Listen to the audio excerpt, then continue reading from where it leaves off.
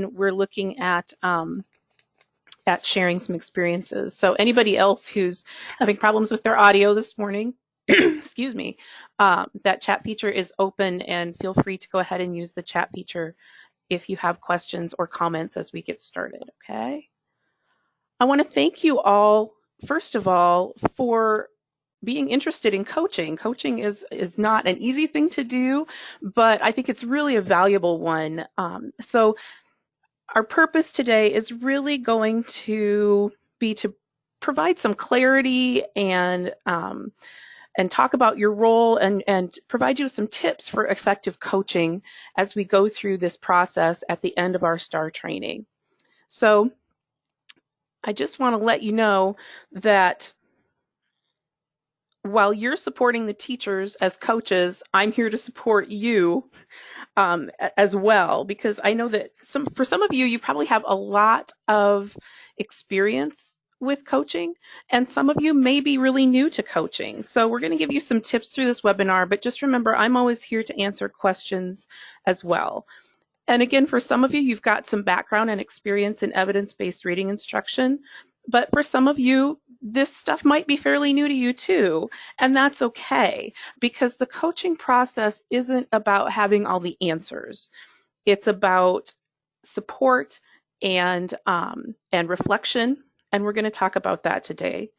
So whether you're novice or experienced, you're going to be learning along with the teacher you're coaching, and I'll be working closely with you too to provide support to you during that coaching process.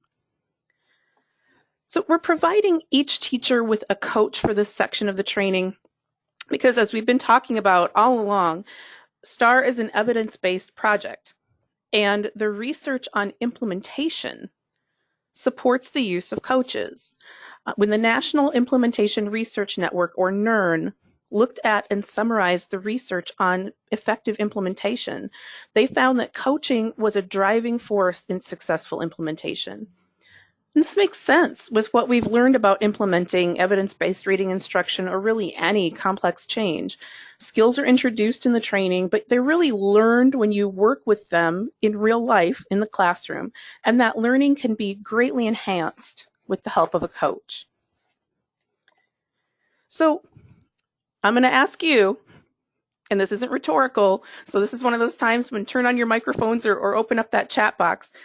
Based on your own experiences, does that make sense? Has coaching had an impact on your practices or your implementation of new material in the past?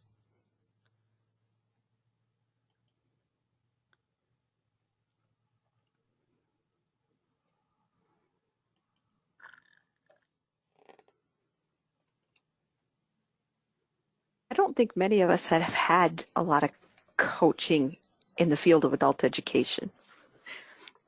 That actually may be true. What about other areas? Anybody had coaching in another area?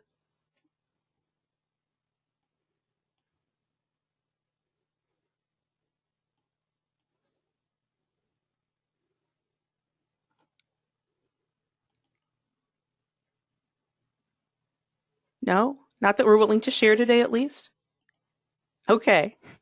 So we'll talk about coaching and hopefully, oh, wait, I got one.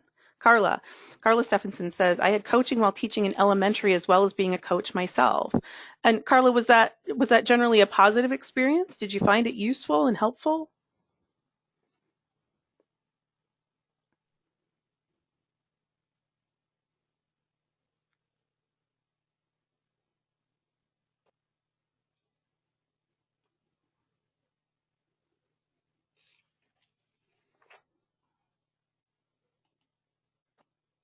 She says, yes, it was very helpful. We were there to encourage and help the new teachers however we could. And Carla, that's exactly the approach that we're wanting to take in our coaching for STAR too. So your experience totally reflects what the research says.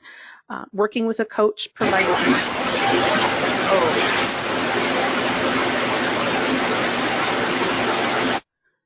Something bad was happening. Working with a coach provides opportunities for a teacher to practice and use skills. And sometimes it's hard for us to really get moving on implementing something new. You know how this is. We all procrastinate. When you know you're going to be working with a coach, that forces you to set aside the time to actually try out and focus on the skills that you've learned. And effective coaches also provide a lot of encouragement to keep practicing and to keep improving. They help teachers to reflect, and they provide feedback based on observation, discussion, and data. So again, we're not talking about evaluation, we're talking about a really objective observation. And effective coaches also can provide information or advice about their craft, in this case, teaching. And that's something that you all have a wealth of experience in. You're all experienced teachers. You've all got really interesting background experiences and skills that you bring to your classrooms. And that's going to enhance your ability to coach the teachers that you're working with as well. Becky, you got a couple other coaching comments above Carla's. Oh, thank you. I must have missed those. Oh, yep. And Nick said coaching in general has a huge impact because it provides not only feedback, but support. And yeah, that support is essential. Oh, and Dave, yep, student teaching and then helping any student teacher that you ever had. Those of us who remember our student teaching days, we lived for that coaching and that feedback, right? And then anybody who's had the chance to mentor a student teacher, yeah, that's quite an experience as well. So it's really, it's good to hear that your experiences have been in that same kind of vein that we're talking about now. I'm 61 and I still remember. Yeah, it's hard to forget, isn't it, Dave? So Do you remember because it was awful? Because mine was awful. I was going to say mine was not the most positive experience that I've ever had, but I have also worked with a lot of really great teachers since my student teaching days, from whom I learned a lot, even though it wasn't what I would call a formal coaching situation. I think we all have those kind of more informal situations that we remember too. So let's think about those coaches that we've had. Maybe the good ones and the not so good ones. And oh, Nick had a great student teaching experience. Good. I'm happy for you. And what makes a good coach? What makes somebody effective in providing that kind of support to you? What kind of qualities do you look for in a coach, and what do you hope to bring to your coaching? You read the coaching article. Hopefully you had time to do that and watch the video of Lori Jane and me talking about coaching. You've got your own experiences. What do you think makes a good coach?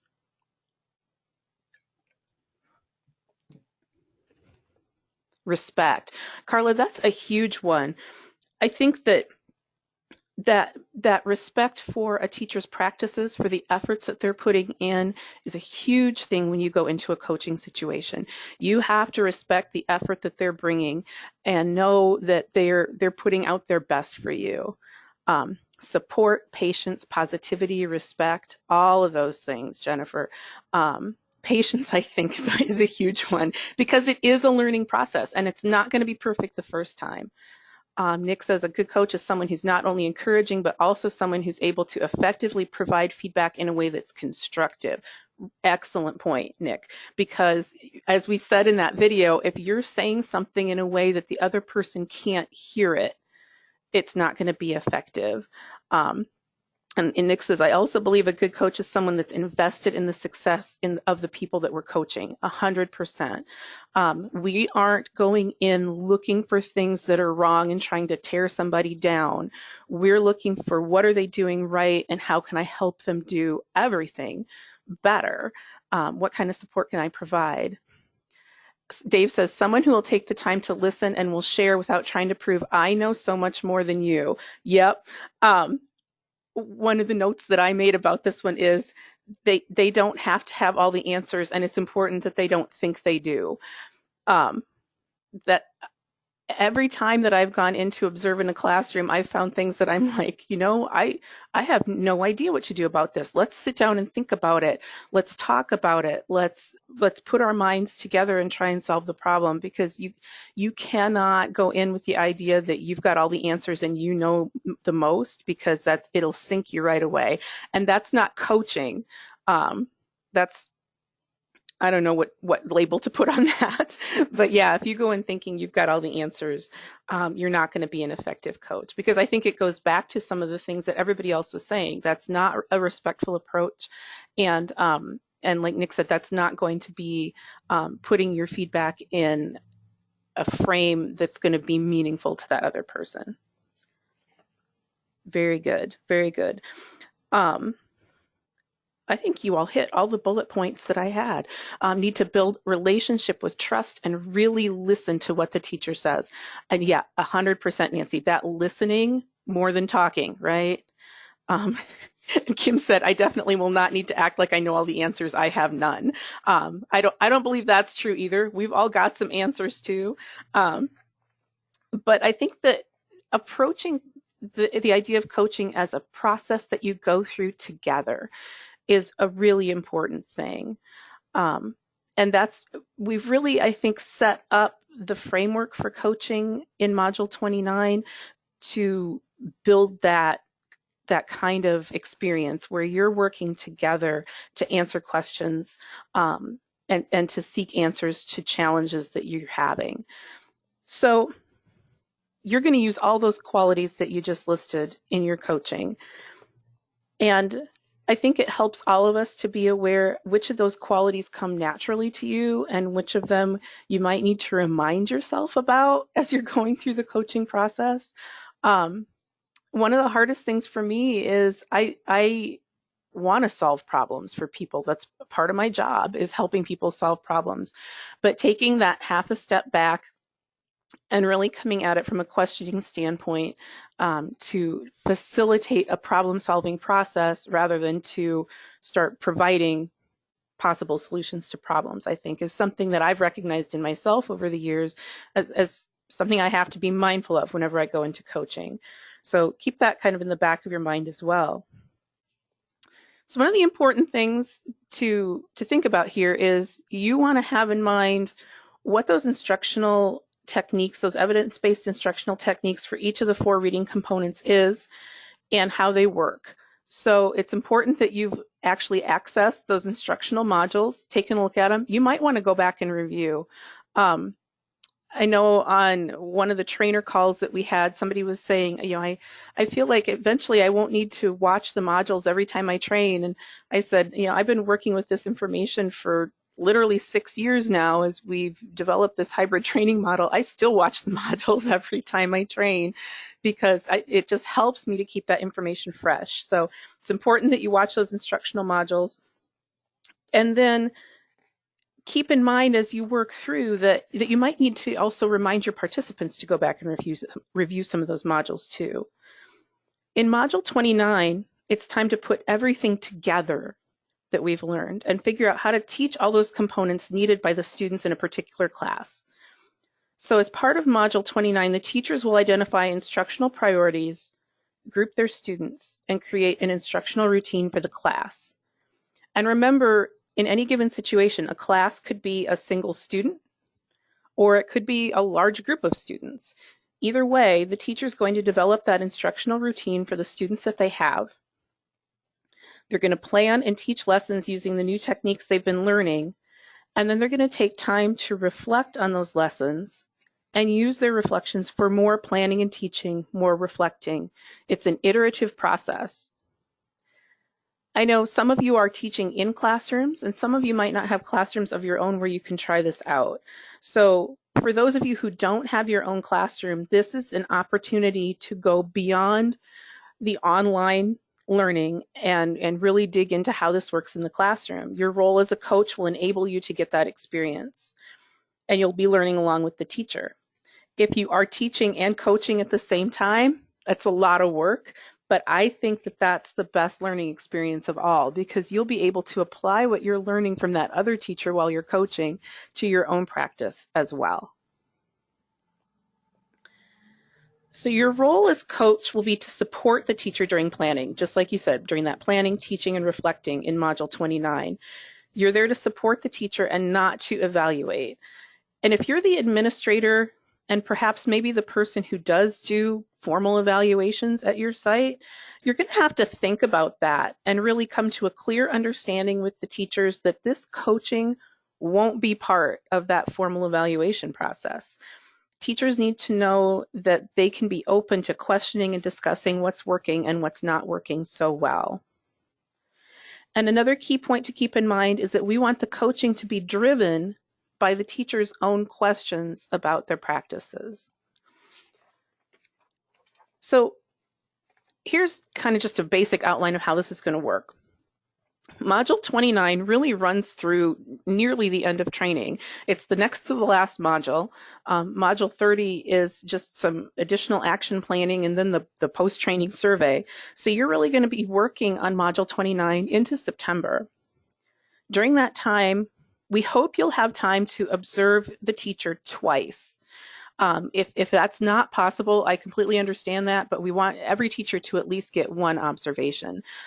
If you can get 2 in, that's great. And we're going to use this 3-step process each time. So prior to the observation, you meet with the teacher to set focus questions.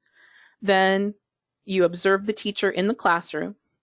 And following that observation, you'll meet with the teacher to support reflection on what happened in the classroom and to plan next steps for how to make improvements. It looks like I'm kind of quoting what you guys wrote in your comments earlier, but to be successful, you do have to have that rapport and trust with the teacher. I think it can be helpful that you all already have relationships with the teachers you're going to be working with, but you might also want to take a minute and think about what your existing relationships are with those teachers, and realize that any time that you go into a teacher's classroom, it can change the dynamic that already exists between you. So if you're not normally a person who goes in and does observations, but you're going in to observe a teacher's classroom, they might be really nervous. I remember the first time when we were going through STAR and I became a STAR coach for the state, I was tasked with going into classrooms and observing teachers, and there were teachers who I'd known for years who were my friends, and the day I got there to do the observations, they were like acting like they were scared of me, which was weird because in spite of what Kim says, I don't think I'm a scary person. But it's because you're changing that relationship to some extent. So think about what you might have to do to just maybe reestablish that rapport with this different dynamic to your relationship. Be sure to share with the teachers what you will and won't be doing and how this coaching process is going to work. And make sure to emphasize that you're learning alongside them and that you're helping them to reflect, not judging them or coming in and telling them how you think they should do things. Before you go into the observation process, you're going to want to review the assessment data, grouping, and instructional routine the teachers posted in Module 29. And I'm actually going to go in and show you Module 29. So this is, I'm just on the practice team dashboard here, and Module 29 is teaching with an instructional routine. So I'm going to click on that module. You can see, as always, there's the introduction text up there, kind of laying out the process for what you're going to do in Module 29. And then, if you're the teacher, you're going to go in and create an instructional routine for your class and post lesson plans for each group in your routine. So if I click on Update Your Plan, this is what the teachers are going to be going in and doing. Becky, I don't think we're seeing what you're seeing. Oh. I see your screen, your screensaver. Well, that's weird.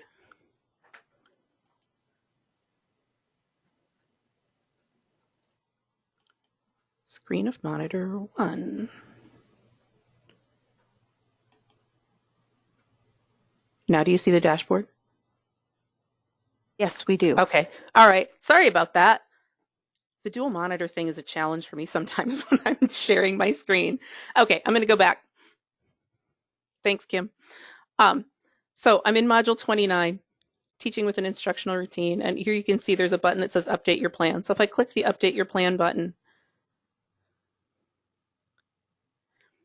You can see this is the sample set of students that's just loaded in here. The teacher will have their set of students show up, but you do want to confirm with them that they've updated that to reflect the class they're teaching now. And if they haven't, you either want to ask them to update the students in the online system or else to provide you with a copy of their assessment data for the students that they're going to be teaching in the class where you'll be observing. So they have the ability to add new students in here. They can edit or delete any of the students that they've already added. And then they're going to fill in this class information, the number of days per week the class meets, the number of minutes per class allotted just for reading instruction. So their class might be 4 hours long, but they might only spend 75 minutes on reading instruction in that 4 hours, right? And then you're going to list out your daily routine. So you list the groups in order that you'll be teaching them and how many minutes will be allotted for instruction. So this is kind of your first clue if people are remembering those kind of guidelines as to how long you spend on each activity. Remember, alphabetics is a short one, 10 to 15 minutes. If somebody's got 30 minutes down for an alphabetics group, that's an immediate red flag to you as a coach, like, oh, we're going to have to talk about that, right? So they go in, they put in their groups. They can add as many as they have. So, if they've got multiple fluency groups, if they've got, students that they're working with on different components, they can do that. And then they just sketch out what they're going to be teaching in each component that they are teaching. And remember, they might not be teaching all 4 components. Some people are not going to be teaching comprehension at all. Some people don't have any students who need alphabetics at this time. So you're going to take a look at that and see what they've said in terms of their routine and their plan during that, that pre-observation time. Okay. And remember, you want to think in terms of what the students need and how those needs are being met through instruction. Not just how well a lesson was delivered. Remember, we sometimes use a medical analogy for this. A doctor can perform a perfect and successful open heart surgery, but if the patient didn't need open heart surgery, then it won't do anybody much good. So make sure what's going on in the classroom is responsive to the needs of the students as identified by that diagnostic assessment. Questions about that?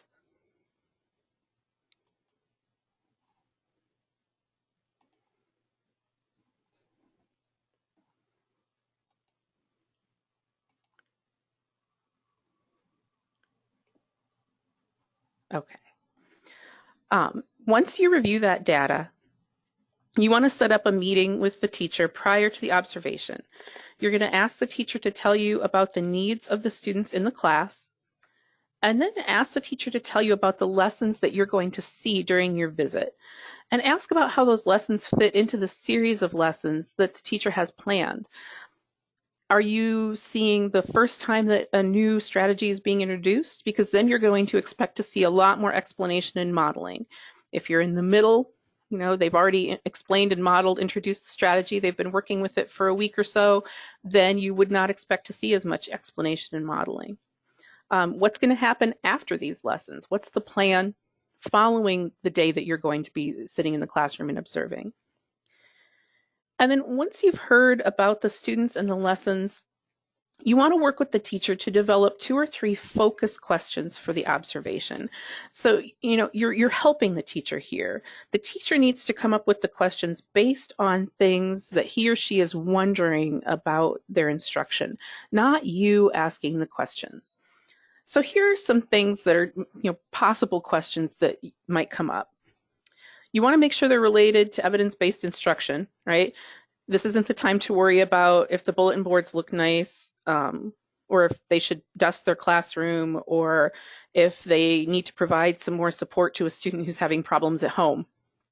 Okay, make sure your questions are related to the instruction. And then think about what's working. Is there anything in your class that seems awkward or really hard? Are students making progress? How do you know that they're making progress? What issues are you having with putting everything together into your routine or getting your routine to run smoothly? Are there components that you're really comfortable with, and why? And what components are you less sure about, and why?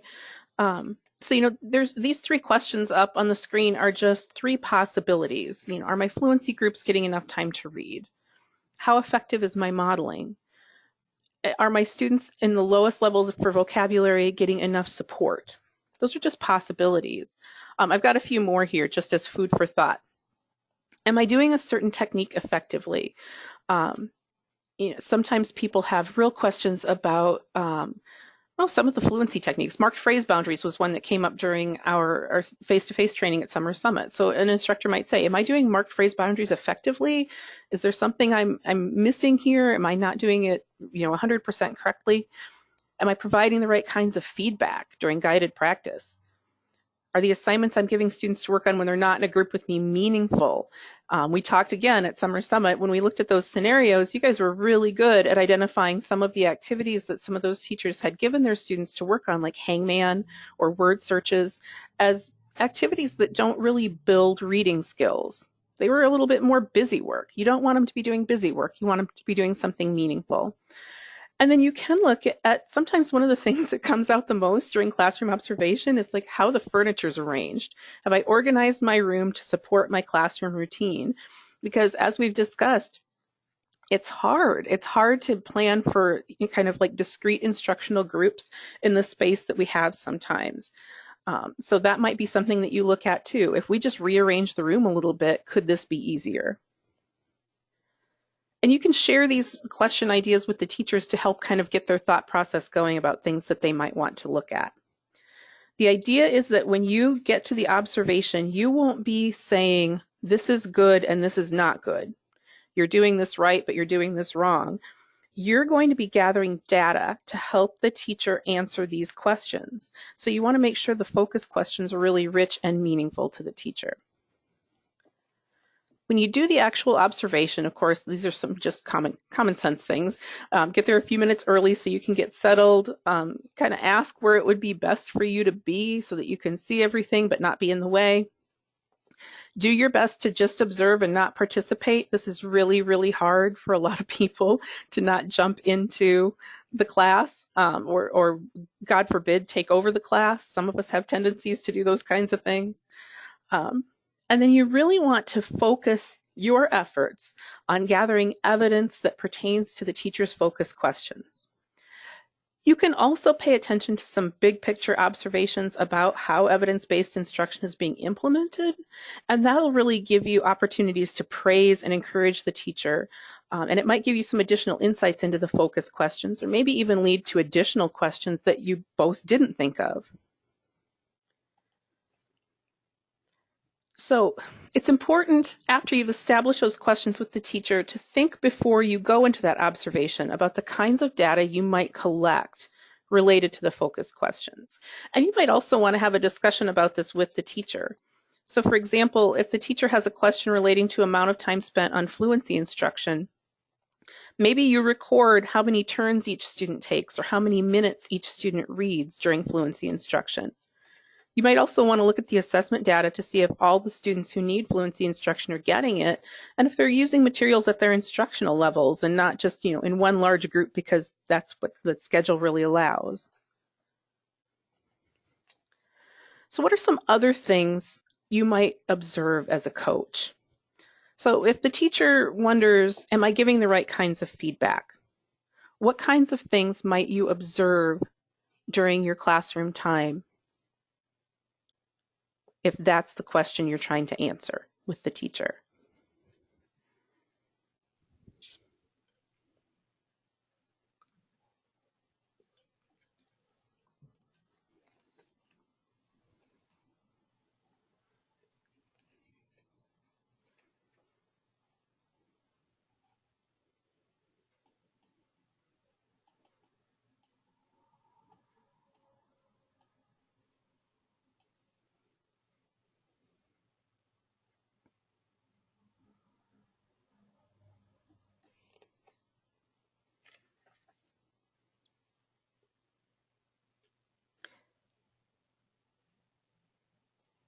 One of the things you might do is just write down the feedback that the teacher gives during guided practice.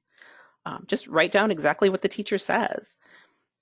And The other thing you can do is maybe record what the students did or said once they receive feedback. How did they react to that feedback? What if the teacher wonders if students are getting enough support or the right kinds of support during guided practice activities? What might you observe then? What might you record?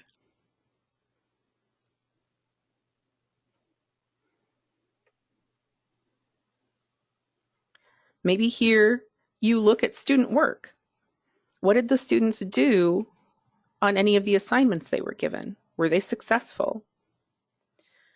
You might want to write down the kinds of support that students were given. And you actually might want to go back to the diagnostic assessment results to see if any students would, if their assessment results indicate that they would need additional support, and if those are the students getting the additional support. And then if the teacher wonders if students have enough time to practice the technique on their own, that one again, you could just observe the amount of time spent on teacher explaining and modeling versus the time spent on guided practice where the students are actually doing. You could look at student work from independent application activities to see if they're successful. And you could actually talk to the students and listen to them talk about their use of the technique during class. Now, part of this is the teacher has a lot to think about here, just using some of these new techniques and keeping the class moving, right? So your role becomes acting as an extra set of eyes and ears to help the teacher know what's going on that might change their thinking about what's happening in their classroom. That final step in the observation process is meeting with the teacher after the observation. And especially if you're new to coaching, you may want a little time between the observation and that meeting to pull your observation thoughts together a little. But remember, this isn't a point where you're judging what was right or wrong or telling the teacher what they should or shouldn't do. You're going to share your observations that you recorded about those focus questions and help the teacher reflect and see how the data that you've collected helps to answer those questions. You aren't going in with the answers. And again, several of you mentioned that that's not what the coach does. They don't know everything. They don't want to try and answer every question. They are going in with observations and maybe more questions to think about. It's always good to start by asking the teacher what he or she thought. Sometimes, almost all the time in my experience, they'll go immediately to the things they felt didn't go well in the classroom. And then that gives you a really good opportunity for your comments to focus on the positives that you saw, some of those big picture kinds of things. You really want to lead with strengths. And again, that's in any kind of coaching. It comes a lot from coaching theory in sports. You want to lead with the positives. You want to lead with the strengths. You want to build that person up a little bit. Remind them that they do know what they're doing. They've got some skills, and we're just trying to refine those skills. Next, you want to facilitate a discussion around those focus questions, and you want to note things that you observe that pertain to those focus questions. Ask questions to help the teacher identify issues and possible solutions. And we talk a lot about being the facilitator, asking questions, leading the teacher to solve their own problems, but that doesn't mean that you as the coach can never offer a solution to consider, right? That's part of your role too. It just means you're not saying, okay, so this is what I saw and this is what you need to do to fix it. You want to stay away from that, but you can definitely offer your thoughts and possible solutions that you can think of. But make sure you really support the teacher in taking the lead, and then together you decide on what the teacher will do to follow up on the data that you've gathered and the discussion that you've had. So let's think for a minute about how you can facilitate that discussion to support reflection. You always want to go back to those focus questions. You can ask, do you have any more thoughts about this after the lesson? And then you want to really state what you saw or heard without being evaluative. So you could say things like, I noticed that 3 students never answered any questions. Don't fill in why you think that is, right? Let the teacher reflect on what that might mean. You could talk about which 3 students they were.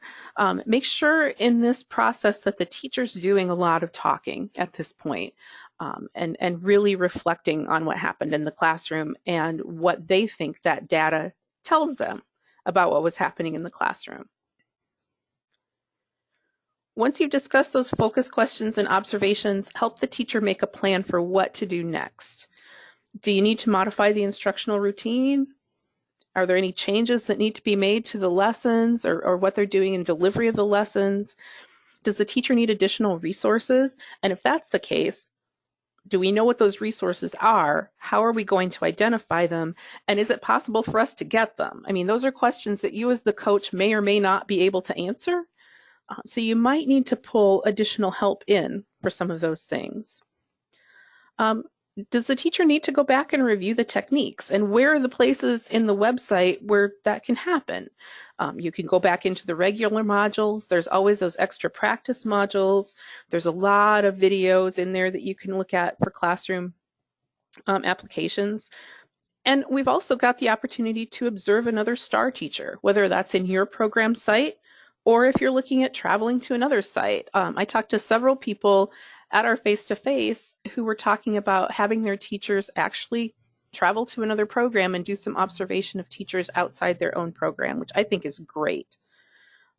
And then finally, as always, are there store remodeling issues that need to be resolved, like a need for planning time or students not getting assessed before they come into class, and how can those issues be addressed?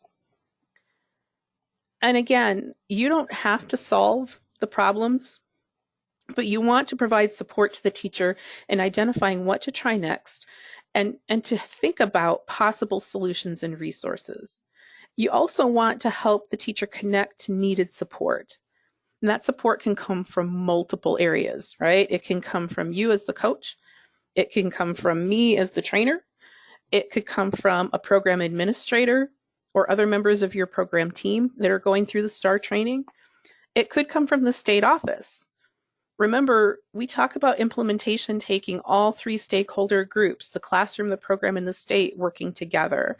And sometimes teachers just aren't aware of what those resources are or what might be available to them.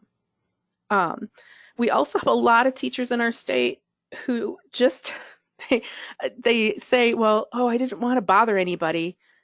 Well, asking questions isn't a bother, right? It's a learning technique. So we want to make sure that the teacher knows that they have support from a lot of different areas in the state in working on these things. And then again, the team is going to discuss changes needed for implementation, and the teacher will be observed again at some point. Becky? Yeah. I wanted to make a note about the first time we did STAR, it was part of a management system change that we made in our organization. Mm-hmm. And one of the things we did was we went to our state director at that time and we said, we believe in this, we want to make changes, we know we have to do this, this, and this, and we believe it's going to affect the number of people we're able to serve that year. And we thought it would be negatively. And so they knew a long time ahead what our concerns were and what we thought the outcome of this change initially would be. So I think it's important if you're really looking at some kind of real systemic change that may have some impacts that the administration, no matter where you're at, knows what to expect. Thanks, Kim. That's a really good point. I'd also add that the impact was actually the opposite. I think we served a few more students the following year than we had the year before. But we felt like we had a safety net because we had done that. We felt like we had that honest, open conversation with the administration and had expressed what our plan was and what we anticipated was going to happen as a result, and we had their support. So yeah, I think it's really important to remember, the state has invested in this training, and so they have a vested interest in us being successful in implementing it too. After you have that post-observation meeting, both the teacher and the coach are going to post reflections in the program portfolio. So you want to look at those questions probably before you do your observation, those coaching questions. And we'll take a look at them in a second too. But I just want to be sure that you understand you don't need to sugarcoat your reflection and say everything was perfect. Not about the classroom and not about your coaching. It's a learning process. So it's not that helpful to just say, oh, this was great. Oh, this was wonderful. But, again, be mindful about your comments and think about phrasing things in a way that are productive for people to move on and do something with the information, right? Again, keep the focus on the teacher's questions and your observations, the discussion you had, and the support that you can provide, and maybe some additional help or outside resources that you might need. And then if it's possible, like I said, the teacher can then plan another set of lessons. The coach can observe using the same 3-step process, and you can have the same set of questions slightly tweaked, or you might have a whole different set of questions the second time around. Okay.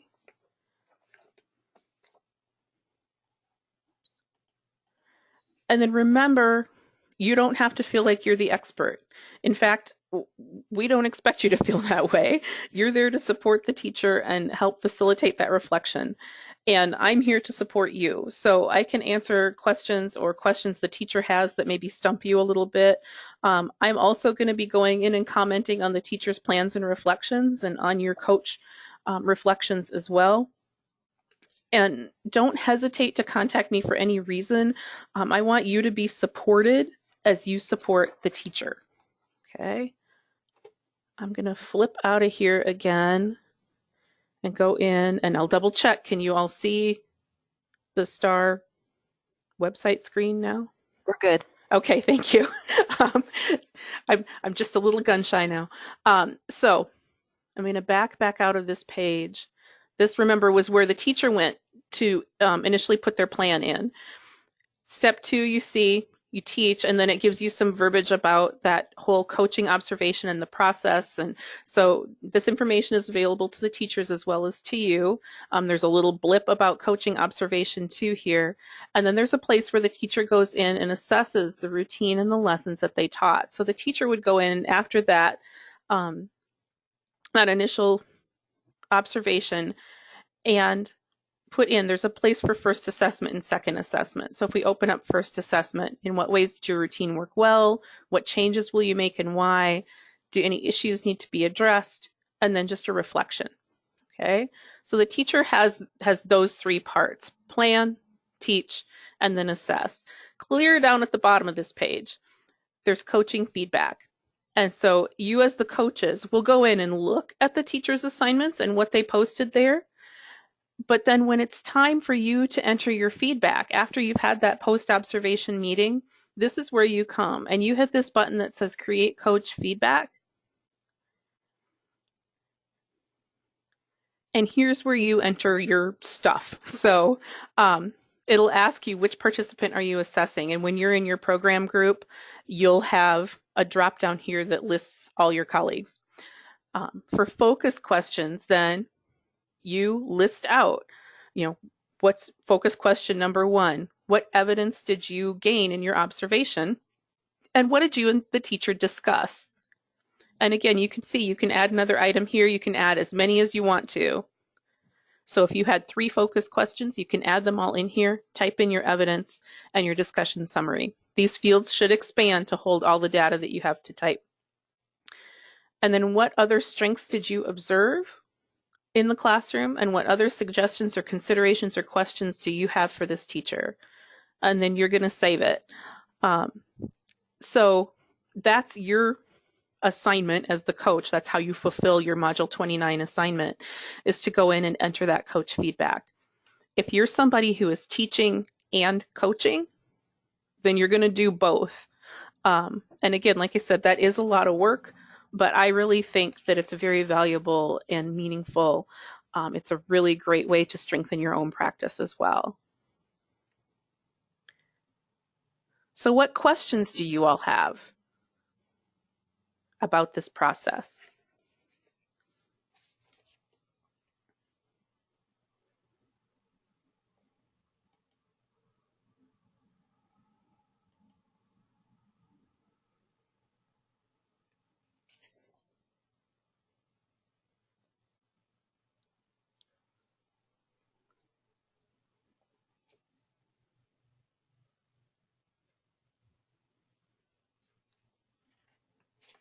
Can you tell I'm working on my wait time?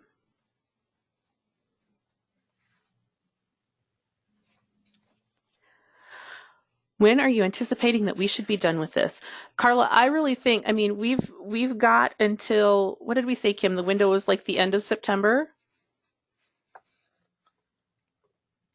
Yes. Yeah, so you've got some time. Um, that said,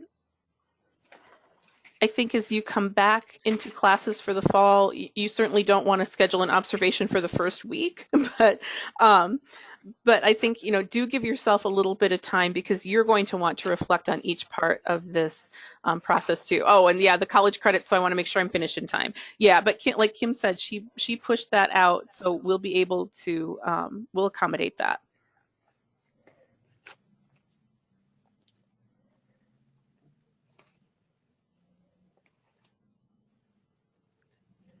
Any other questions?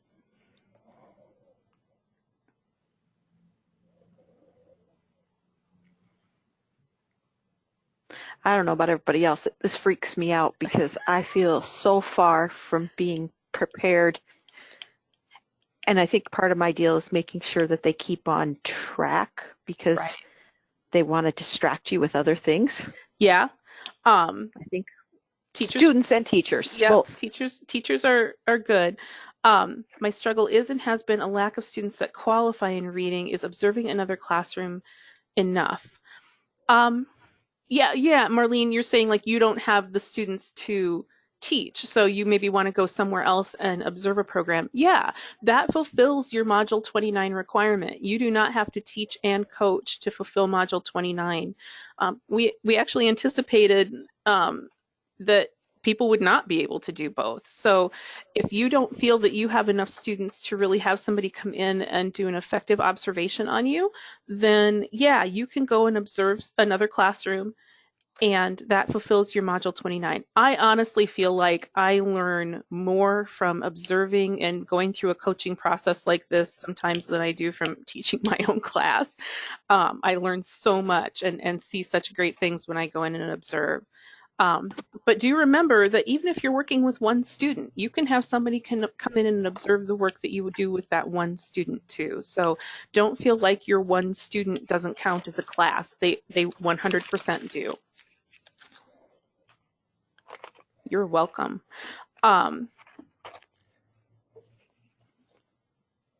If you're thinking of questions and typing questions, continue to do that. But I'm going to give you a little preview of an email I'll be sending later. Cornerstone's Career Learning Center is moving from second floor of the building that we're in now. Those of you who have been here and know where our offices are, our office space is on the second floor and our classrooms have been on the third floor. Everything's moving up to third floor. So we're still going to be in the same building, but we're moving up to third floor. So next week is moving week. You may have noticed the disarray on my bookshelf behind me when I had my webcam up. Next week, we will be without internet and phone for the bulk of the week. So I'm just going to tell you, I do star stuff every night when I go home from work anyway. If you've got stuff in there, I will see it and I will respond to it.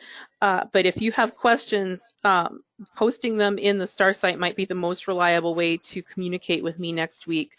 Because like I say, we won't have internet and phones during office hours. So if you get stuff from me at like 8 o'clock at night, that's going to be normal next week. Hopefully we'll be back up and running sooner rather than later, but we can't guarantee that. So I just wanted to give everybody a heads up, and I'll be sending an email out to the whole STAR cohort in South Dakota to let them know that as well. So if you have additional questions about this stuff, I'll still have internet for the rest of the day today and all day tomorrow. But after that, you're not going to get me during normal business hours. Let me put it that way.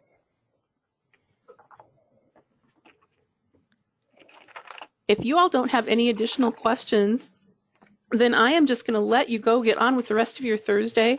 I thank you for your time, not just this morning, but the time you're investing in being a coach for your program. I appreciate it, and I know that your colleagues will appreciate it as well. And again, if you have any questions at all, don't hesitate to reach out and ask. I'm here to support you. Have a great rest of your day, everybody.